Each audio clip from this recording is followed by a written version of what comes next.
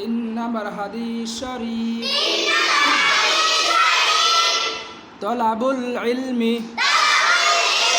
ফারিদাতুন আলা কুল্লি মুসলিম। দিনে ইলম। তিন নম্বর হাদিস শরীফের অর্থ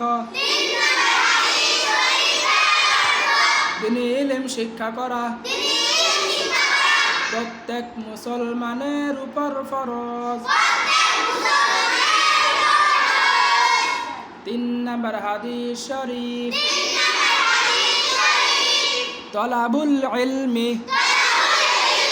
ফারিদাতুন আলা কুল্লি মুসলিম। তিন নম্বর হাদিস শরীফের অর্থ দিনে ইলম শিক্ষা করা প্রত্যেক মুসলমানের উপর ফরজ। তিন নম্বর হাদিস শরীফ তলাবুল ইলমি ফারিদাতুন আলা কুল্লি মুসলিম।